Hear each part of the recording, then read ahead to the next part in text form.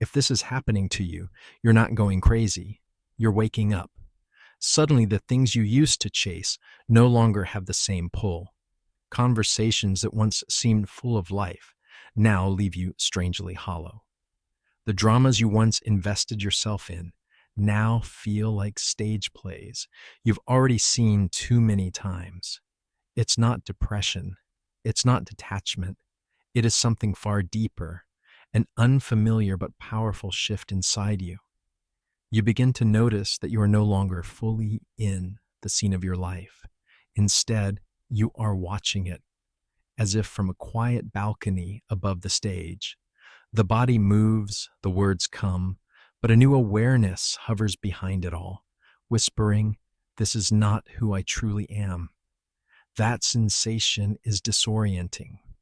It can feel lonely, but it is the very first sign that consciousness has begun to loosen itself from the cage of conditioning.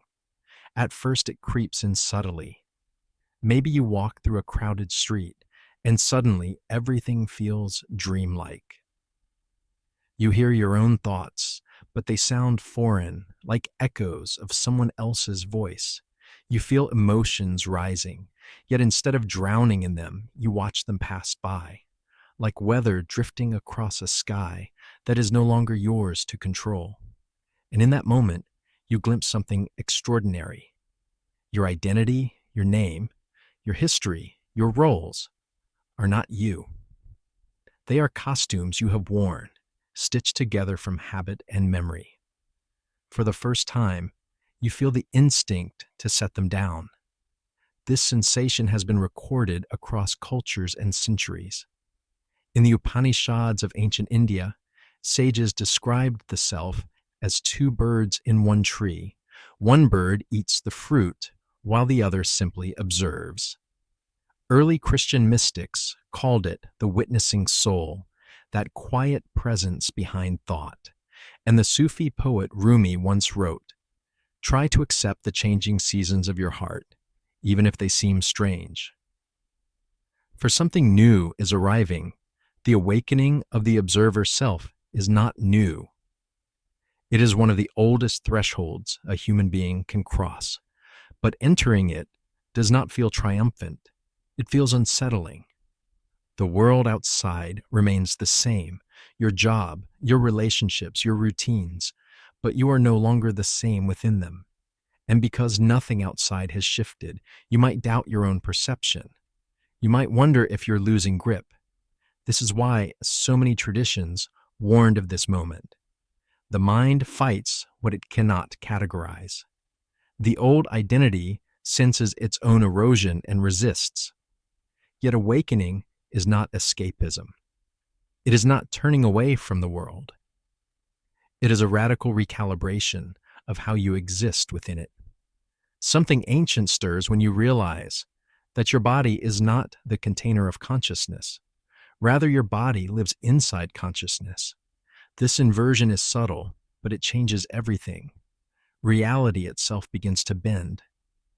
Imagine, for instance, walking through your day and realizing that your choices may never have been entirely yours, that many were whispered by culture, family, fear, or desire for approval. For most, this thought feels destabilizing, but for the awakening mind, it becomes a liberation. To see the strings is the first step toward cutting them. You may find yourself existing in two worlds at once: the constructed world of roles, obligations, and conditioned thought, and another, more fragile but more real, built from presence and perception. Mystics described this second world as entering a subtler air. Modern language calls it expanded awareness. Whatever the term, you begin to sense patterns, odd synchronicities, thoughts that manifest more quickly than before, time bending in unexpected ways. These are not accidents. They are early tremors of a consciousness, no longer confined to the mechanical rhythm of survival. The anthropologist Victor Turner used the word liminality to describe these states of transition, moments in ritual where one is no longer who they were, but not yet who they are becoming. Ancient rites of passage placed initiates in such thresholds deliberately. Young men alone in forests, women in seclusion before rebirth into new roles. In those spaces, the old identity dissolved, and a deeper one emerged. Your awakening is not so different. You have stepped into a liminal space, not through ritual fire or fasting, but through the quiet collapse of certainty. And yet, the temptation remains to retreat, to reattach to the old mask, to pretend you did not glimpse behind the curtain. But once you begin to wake up, you cannot unknow. You cannot reseal the veil. As the Taoist master Lao Tzu wrote, the mind, once expanded, cannot return to its old dimensions. This phase, where the world looks unchanged yet feels profoundly altered, is sacred. It is where quantum consciousness, this deeper, boundless awareness, begins to surface, not from textbooks, not from teachers, but through direct, unsettling experience, through the undoing of who you thought you were, and the stillness that follows. You may feel disoriented, even untethered, but beneath that unease lies something precious, a quieter peace, one not built on certainty, but on freedom. For the first time, you sense that your mind's role is not merely to survive reality, but to shape it.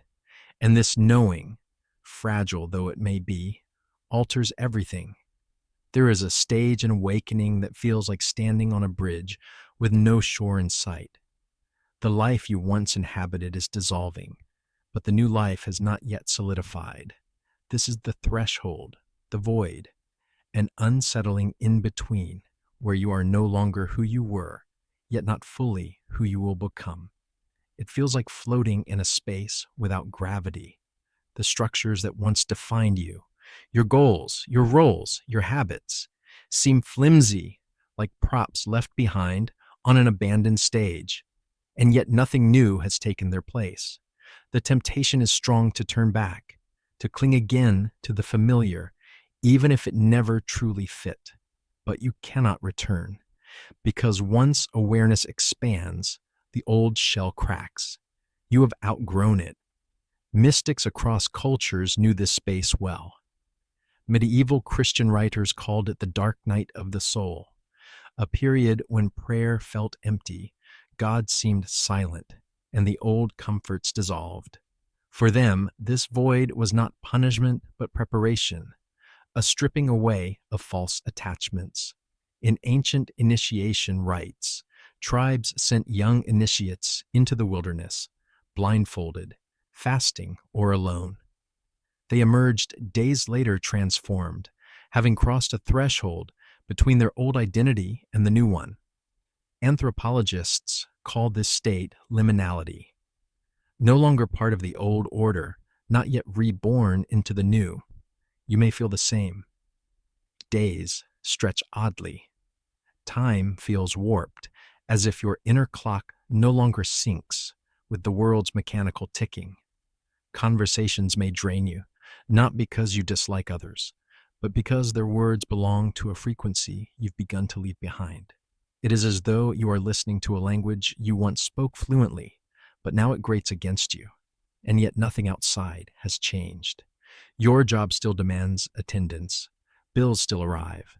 Friends still expect the same version of you. The external mirrors reflect the old self, even as it slips away internally. That tension creates doubt. You may ask, am I imagining this? Have I lost my grounding? But what you are feeling is not delusion. It is transition. The ego, sensing its grip loosening, resists. It whispers, you're lost. You're failing. Return to the way things were. But if you listen carefully, you'll notice that these whispers lack the solidity they once carried. They are echoes, not truths. Consider the chrysalis of a butterfly. Within it, the caterpillar dissolves, almost entirely into a formless soup. To the untrained eye, it appears as though life itself has ended, and yet hidden within that dissolution are imaginal cells, blueprints for wings. What looks like death is actually preparation for flight. In the same way, your dissolving identity feels like collapse, but it is the necessary undoing that makes space for what is to come. This liminal phase is sacred precisely because it feels unbearable. It is the crucible in which the old dissolves and the new has yet to appear. Ancient Egyptian mythology spoke of this as the weighing of the heart in the underworld, standing naked before the scales, stripped of earthly masks, facing truth without disguise. Modern psychology echoes this with the idea of ego death, a temporary collapse of the constructed self, often accompanied by deep fear, but also by liberation. The key is not to resist the void, but to inhabit it, to allow the silence, the uncertainty, the unmooring. For in this space, awareness deepens. You learn not by accumulation, but by subtraction, not by new beliefs, but by watching old ones dissolve. The void, uncomfortable as it feels, is not a mistake. It is a doorway. The 14th century mystic Meister Eckhart once wrote, "God is not found in the way you imagine God, but in the undoing of your imaginings." This undoing, this disassembly of identity, is what awakens a truer center within you. The void is not emptiness, it is fertile ground. And so, though the temptation is to grasp for certainty, the sacred task here is to remain still, to breathe into the discomfort, to let the old self fade without rushing to replace it. Because the moment you no longer need to know what comes next, you become free. Free from the map, free from the mask, free from the illusion that you ever were, the roles you once clung to. The threshold is not the end of the journey. It is its most fragile, most sacred beginning. For centuries, humanity trusted in a model of the universe that seemed immovable. Matter was considered solid, predictable, and independent of human perception. The scientific revolution had given us Newton's clockwork universe, an elegant machine in which every effect had a measurable cause, every particle obeyed fixed laws, and consciousness was nothing more than a byproduct of the brain, like smoke rising from a fire. But cracks began to appear in this neat picture. At the dawn of the 20th century, physicists peered into the smallest building blocks of reality and discovered something unnerving. The universe was not as solid as it appeared. Electrons and photons behaved like particles one moment, waves the next. When unobserved, they existed not as fixed things, but as probabilities, ghost-like potentials. Only when measured, only when observed, did they collapse into something definite. This discovery shattered the illusion of a purely objective world. If matter itself required observation to become real, then what role did the observer play? Consciousness could no longer be dismissed as incidental. It was woven into the very fabric of reality. Einstein famously resisted this conclusion. God does not play dice with the universe, he declared, refusing to believe that chance and uncertainty lay at the heart of creation. But Niels Bohr, Werner Heisenberg, and other pioneers of quantum mechanics insisted otherwise. Uncertainty was not a flaw. It was fundamental. Heisenberg's uncertainty principle proved that even at the most basic level, we could not pin down both position and momentum. The more we tried to measure one, the less we could know of the other. The debates were fierce, stretching across decades. At the 1927 Solvay Conference, some of the greatest minds in history clashed. Einstein pressed Bohr with paradoxes, like the thought experiment of a photon caught between two paths, while Bohr countered with an idea both radical and unsettling, that reality itself is not fixed until it is observed. This was not just physics, it was philosophy, tearing at the roots of the materialist worldview. For centuries, Western thought had told us that matter precedes mind, that the universe churned along indifferent to our presence. But now, in laboratories across Europe, evidence suggested that consciousness might not merely witness reality, it might help create it. The implications rippled beyond physics. If the world at its core is a field of probabilities, then reality is not a solid stage, but a fluid canvas. If observation collapses possibilities into form, then human awareness is not passive but active, not an echo, but a brushstroke. For the everyday person, these concepts are hard to grasp, and yet the feeling of them is familiar. Think of a time you expected something to go wrong, and it did, as if your anticipation had tilted the scales, or a moment of uncanny synchronicity when a thought seemed to summon its reflection in the world. To the rational mind, these are dismissed as coincidence, but in light of quantum principles, they feel less like accidents and more like glimpses into a deeper pattern. Still, quantum mechanics does not hand us simple answers. It offers paradox. Light is both a wave and a particle. A cat in Schrödinger's famous thought experiment is both alive and dead until observed. These are not just intellectual puzzles. They reveal a universe that defies linear logic, and in this strangeness, the rigid walls of materialism begin to crumble. The cultural shock was immense. Newspapers of the 1920s described quantum physics as the end of certainty. Philosophers compared it to mysticism, pointing out eerie similarities with Eastern traditions that had long spoken of illusion, interconnection, and the primacy of mind. What if everything we thought we knew about reality was backwards? What if consciousness does not emerge from matter, but matter emerges from consciousness? The cracks in the old paradigm widened with every discovery, and through them, a new vision began to emerge. One where the observer is not separate from the universe, but woven into its very fabric. The cracks in the old worldview eventually grew wide enough for something astonishing to enter. The idea that consciousness is not a side effect of matter at all, but the very foundation of existence. Among the boldest voices to declare this was Amit Goswami, a physicist who dared to suggest that everything begins in awareness, that the material world is not the cause of consciousness, but its offspring. To many, this claim sounds radical, even heretical, but history reveals it is less new than it seems. In the East, Advaita Vedanta had for millennia proclaimed that the world of forms arises from Brahman, the infinite field of awareness. Taoist sages spoke of the Tao as the formless source from which the 10,000 things emerge. In the West, echoes of this truth flickered too.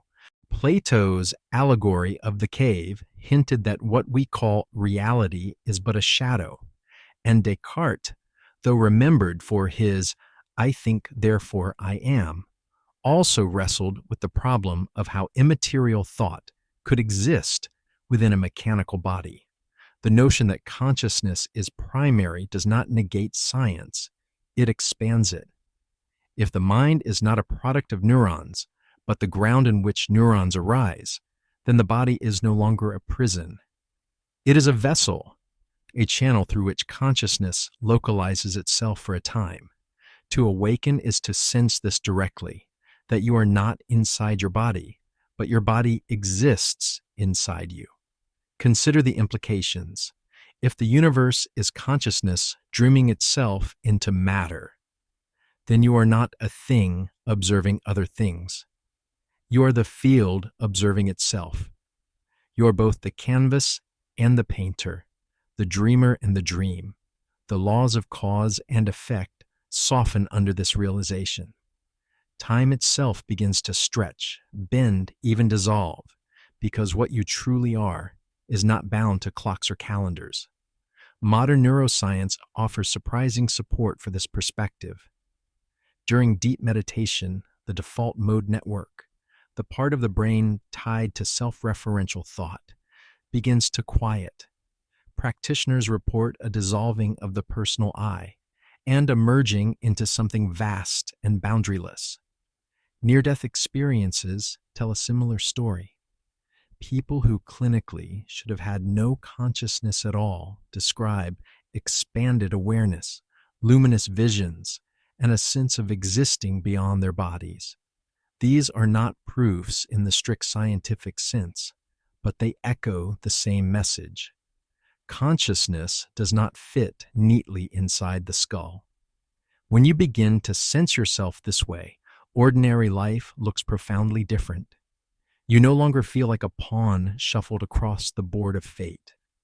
Instead, you recognize that every thought, every intention, every act of perception is shaping the field.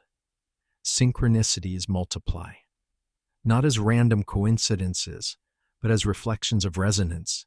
You notice that when you hold fear, you summon more of what matches it. When you embody clarity, peace begins to surround you. The world stops feeling like something happening to you and starts to feel like something happening through you. This is what mystics have always whispered, that behind the fragile mask of identity, there is an awareness untouched by birth or death, a presence that watches, that chooses, that creates. And when you live from this place, life is no longer a struggle for control. It is a dance of coherence. Imagine this for a moment. You wake in the morning, and instead of asking, "What must I accomplish today?" you ask, "What frequency will I inhabit today?" It is a subtle but radical shift. Decisions cease to be calculations. They become alignments. You don't force outcomes, you resonate with them. And the world bends accordingly. Of course, the mind resists. It asks for certainty, for proof, for guarantees. But consciousness is not a theory. It is not an equation to be solved. It is a state of frequency, an unshakable sense that you are not merely in the universe. You are the universe, knowing itself for a brief, luminous moment. To embrace this is to step fully into the paradox. You are both infinitely small and immeasurably vast, both the fleeting human story and the eternal awareness watching it unfold. And in that paradox, you find freedom. When consciousness begins to awaken to itself, something paradoxical occurs. You feel both more yourself than ever before, and yet less bound to the person you thought you were. The identity, your name, your history, your opinions, feels like a character you've played in a long-running story. And now, for the first time, you're no longer just inside the role. You're also in the audience, watching. It is here that the observer self emerges, that quiet, steady presence that is not swept away by the chaos of thought or emotion. You feel anger rise, but you watch it instead of becoming it. You hear fear whisper, but it is like listening to a passing radio station. You don't have to tune in. This awareness, so subtle at first, is revolutionary. It is the point at which the self begins to detach from its programming and glimpse its true scope. Mystics often describe this shift as a mirror. In the mirror, you see the play of life, your body, your words, your struggles. But behind the mirror, the one looking is untouched. In dreams, too, we find a metaphor. When lucid dreaming, the dreamer realizes they are not simply a character in the story, but the dreamer of the dream. Awakening is much the same, except now the dream is waking life itself. Modern science, curiously, is beginning to confirm what mystics intuited. In neuroscience labs, brain scans show how meditation quiets the default mode network, the part of the brain tied to self-referential chatter. When this network dims, people report experiences of boundlessness, peace, and connection, not thinking the self away, but witnessing it dissolve into something larger. Near-death experiences echo this. Individuals who should have had no measurable brain activity describe floating above their bodies, seeing themselves from the outside, and feeling a vast sense of awareness untethered from form. Even ordinary experiences hint at this observer self. Athletes speak of the zone where time slows and action feels effortless. Artists describe being carried by inspiration as though the painting paints itself or the poem writes through them. These are cracks in the illusion of separateness, moments when awareness seems to step back and watch itself in flow. Yet this shift is not always blissful. To realize you are the observer can also feel alienating. You may find yourself listening to conversations that feel hollow, watching old dramas unfold without wanting to play your role. You see people acting from fear, from pride, from habits you once shared, and now it all seems strangely transparent. This transparency can be disorienting. It can even feel lonely, as if you've stepped outside the rhythm of the crowd. But loneliness here is not emptiness, it is spaciousness. You begin to see through the noise of the collective script. You recognize, that most of what drives human behavior is inherited programming, survival reflexes, cultural conditioning, roles passed down like garments. And once seen, the spell weakens. You're no longer inside the script. You're outside it, watching it unfold like a film. This is not detachment in the cold sense. It is remembrance. You're remembering that you are not the character, but the field in which the character appears. You're not bound to the timeline of your past. You are the timeless witness that contains it. And as this awareness stabilizes, reality begins to feel pliable. You notice how your perception alters the world you move through, not in a magical sense, but in a deeply practical one. When you hold clarity, others respond with clarity. When you radiate calm, tension dissolves around you. It is as though the field of awareness itself bends the script in real time. The observer self is not an escape from life. It is the deeper way of being fully present in it. You no longer drown in the waves. You stand in the ocean, aware of both wave and depth. You feel emotion fully, but you do not mistake it for your essence. You play your role, but you do not confuse it for who you are. And in that subtle but radical shift, the entire axis of life tilts. You are no longer a pawn reacting to events. You are awareness, choosing where to place attention, shaping reality from within. There comes a moment in every awakening when the scaffolding of identity begins to shake. The familiar structures you once clung to, your name, your beliefs, your ambitions, your wounds, suddenly feel less like anchors and more like walls. They do not collapse all at once. Instead, they begin to wobble, crack, and crumble until you are left staring at the rubble of who you thought you were. This unraveling is terrifying at first. The ego was built to keep you safe, to help you survive in a world that demanded conformity. From childhood, it absorbed the voices of parents, teachers, culture, religion. It created a mask, the version of you that could navigate rules, gain approval, and avoid rejection. For years, this mask served a purpose, but awakening exposes its limits. The ego resists dissolution fiercely. It panics, whispering, "You're losing control. You don't know who you are anymore. Something is wrong with you." These thoughts arrive with urgency, like alarms in the night. But if you look closely, you see they are the last defenses of a structure past its usefulness. The mask knows its time is ending. This process has been described across cultures. In Buddhist teaching, it is the realization of anatta, no permanent self. In Christianity, mystics called it kenosis, the emptying of self so that divine presence might flow through. In shamanic traditions, initiates faced symbolic death, swallowed by the earth, torn apart by spirits, only to be reassembled with a new identity. The collapse of the ego is not destruction. It is initiation. Emotionally, however, it feels like grief.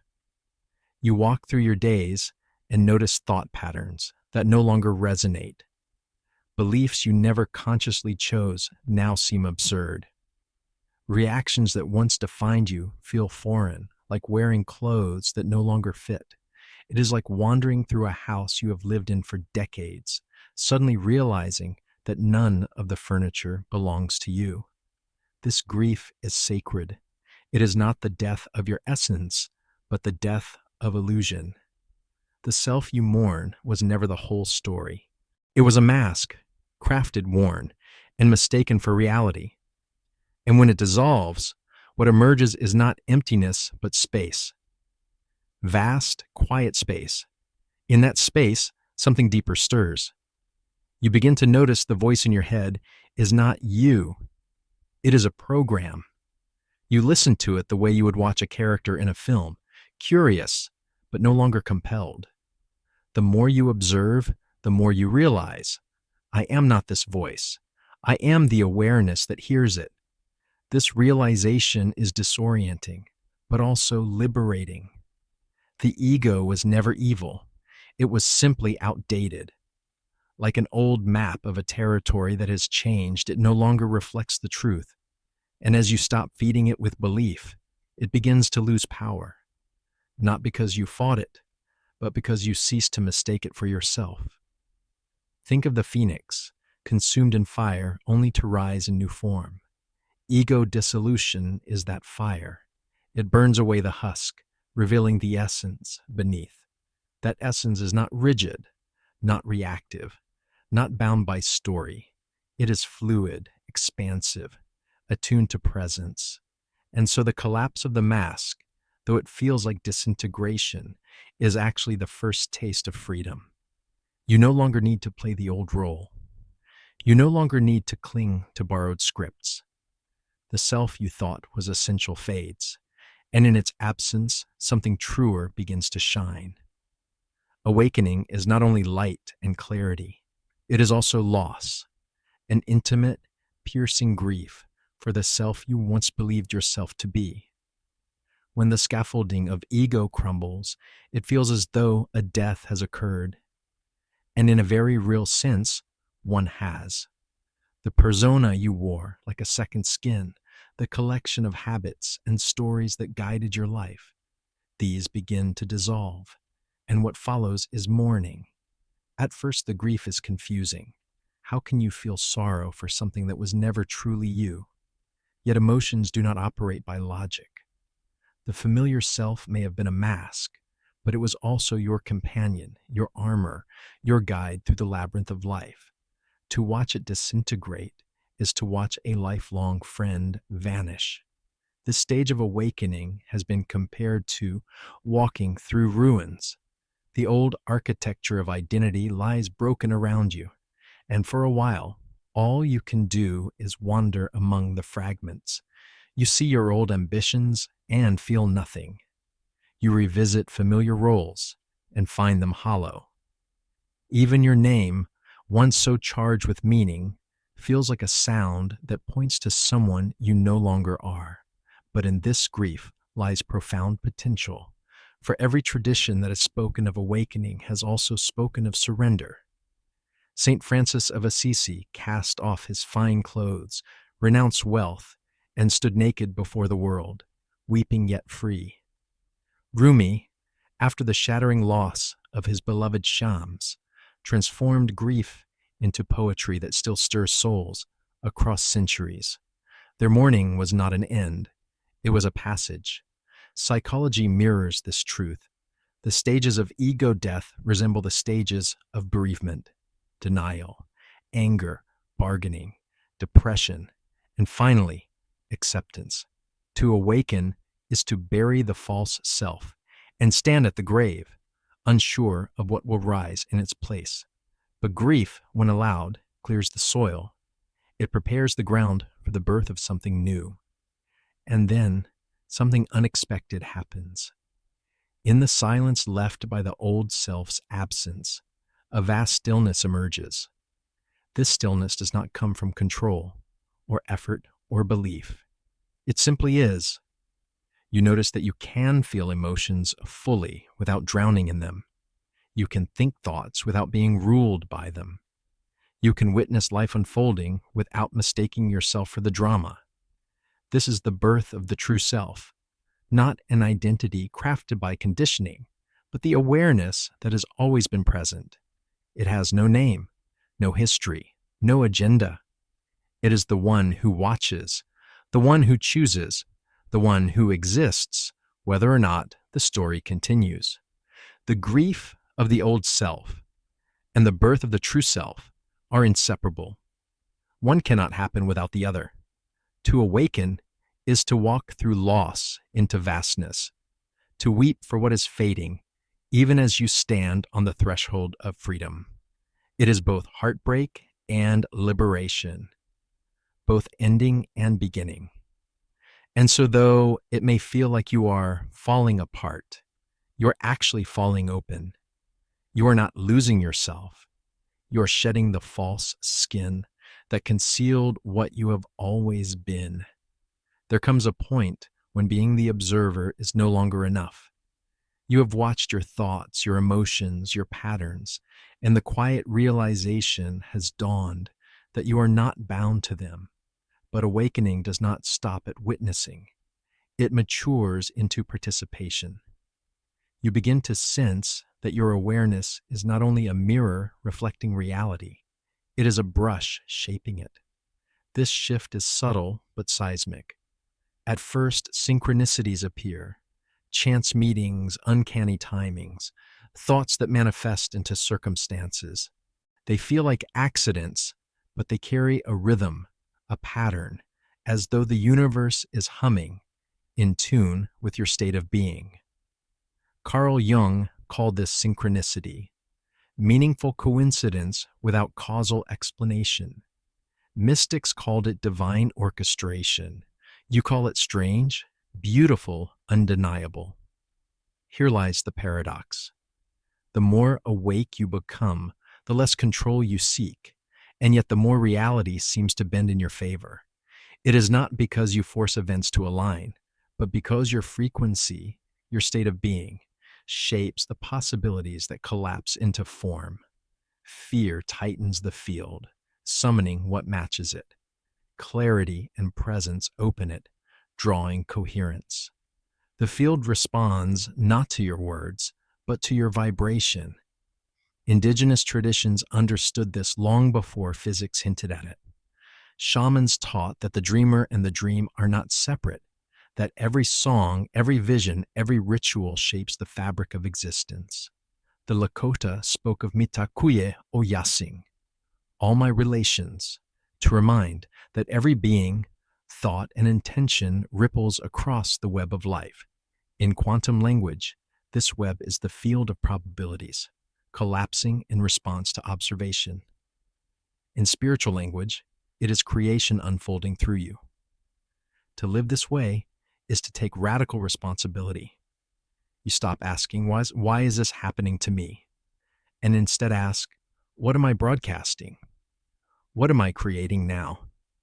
You recognize that you cannot summon abundance from lack, or clarity from confusion, or love from fear. The external world is not a vending machine for your desires. It is a mirror of your coherence. You do not attract what you want. You attract what you are.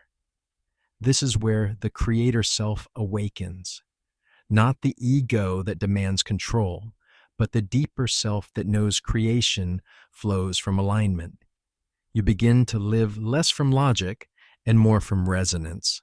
Decisions feel less like calculations and more like recognitions, as if your future self is calling from across the field and you are simply answering. It may sound abstract, but in daily life it is deeply practical. You enter a meeting and, instead of bracing for conflict, you hold presence. The tone of the room shifts. You face a challenge, and instead of panicking, you align with clarity. Solutions emerge that logic alone would not have revealed. You trust intuition, the quiet tug, the subtle nudge, and doors open that would have remained invisible otherwise.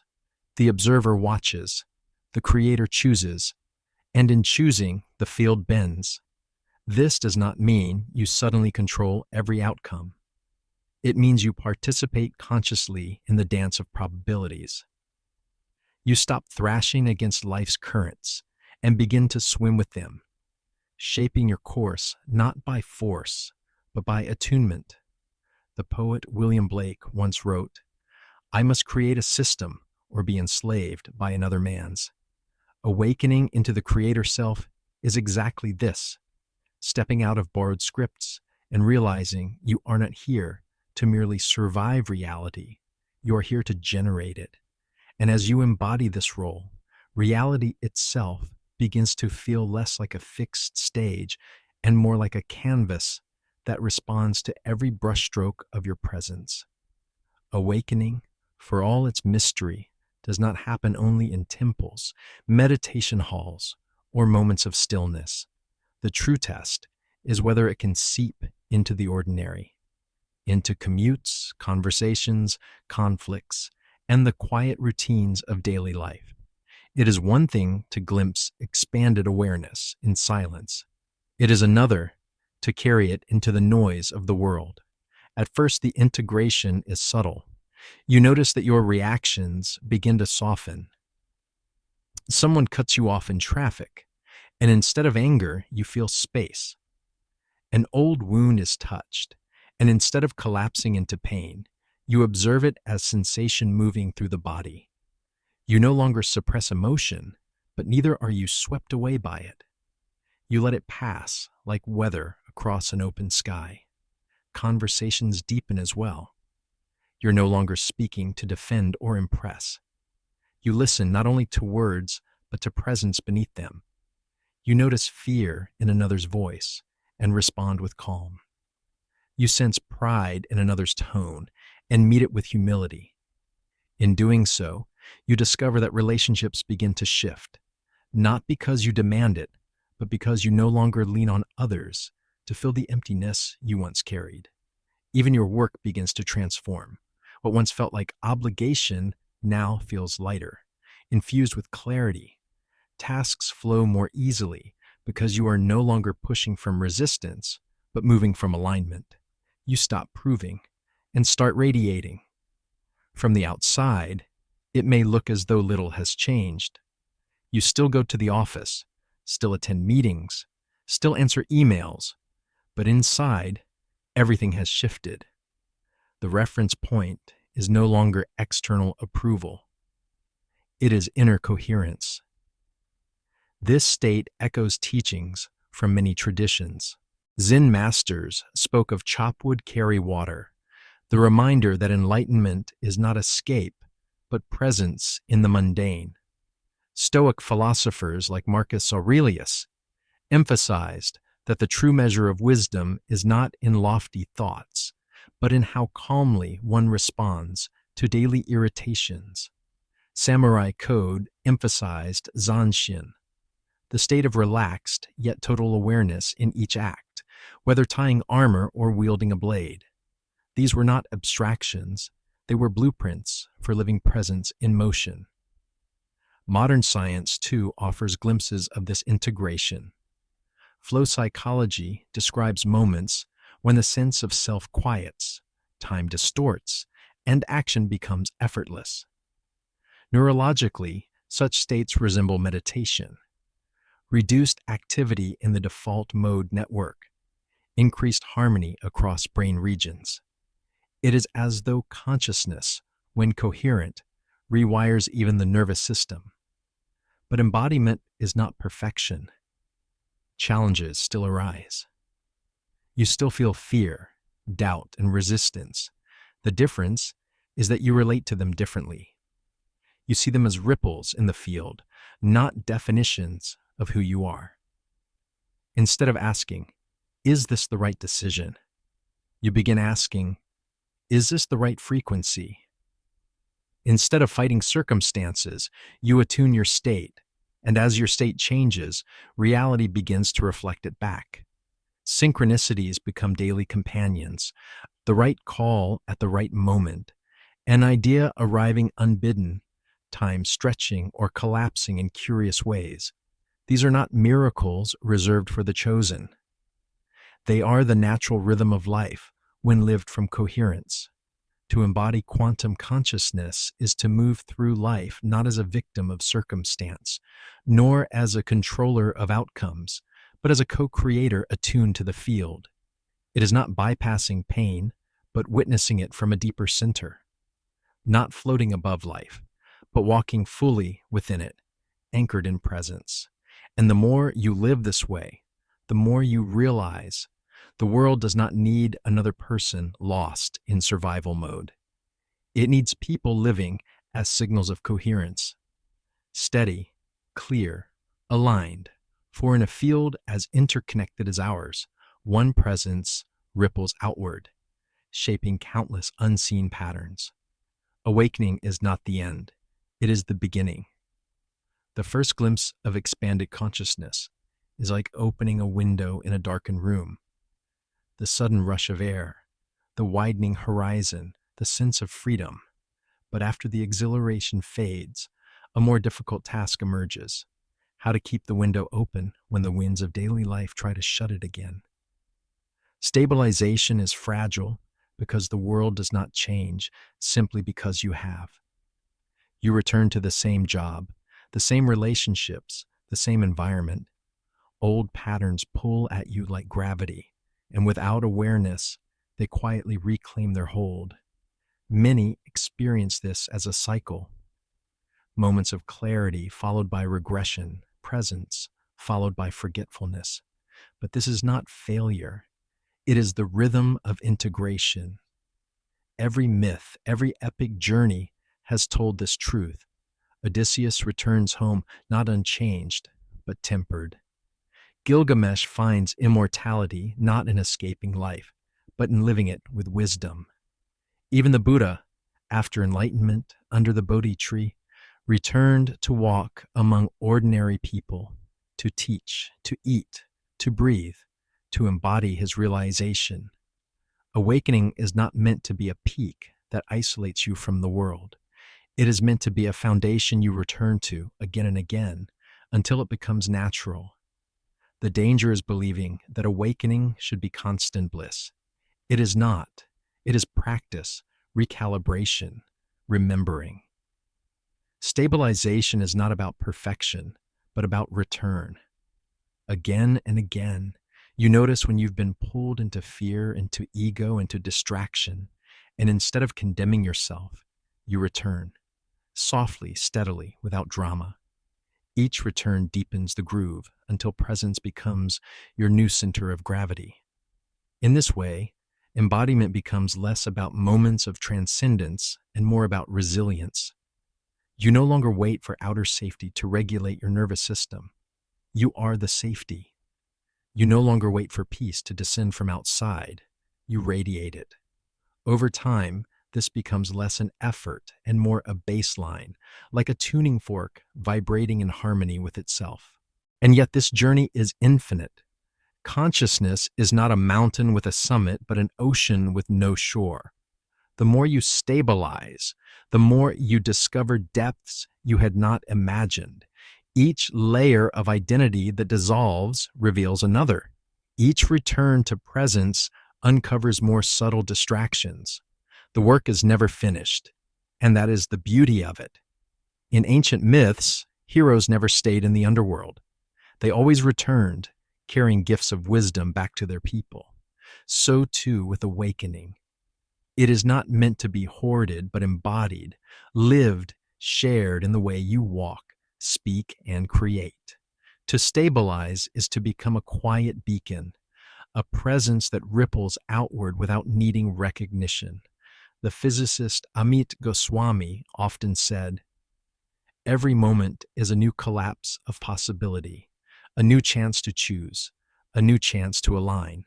Stabilization is nothing more than learning to choose, moment by moment, to live from coherence rather than chaos. To remember, even when you forget, that you are not the mask, not the noise, not the fear.